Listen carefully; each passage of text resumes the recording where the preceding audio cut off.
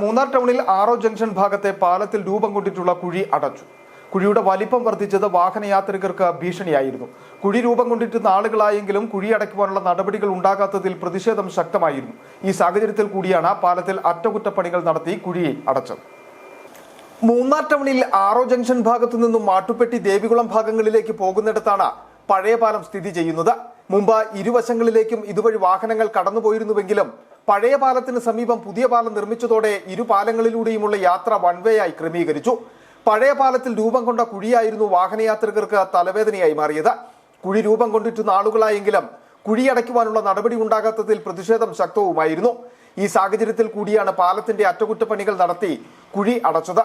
ഭാരവാഹനങ്ങളും ബസ്സുകളുമൊക്കെ പാലത്തിലെ കുഴിയിൽ ചാടുമ്പോൾ പാലം നിരന്തരം കുലുങ്ങുന്നത് ആശങ്കയായിരുന്നു. ഇതോടെ പഴയ പാലത്തിലൂടെയുള്ള ഗതാഗതം തടഞ്ഞാണ് അറ്റകുറ്റപ്പണികൾ പൂർത്തീകരിച്ചത്. വർഷങ്ങൾക്ക് മുമ്പ് ബ്രിട്ടീഷുകാരാണ് മുതിരപ്പുഴയ്ക്ക് കുറുകെ മൂന്നാറിനെയും മാട്ടുപ്പെട്ടി ദേവികുളം മേഖലയെയും ബന്ധിപ്പിക്കുന്ന ഇരുമ്പ് പാലം നിർമ്മിച്ചത്.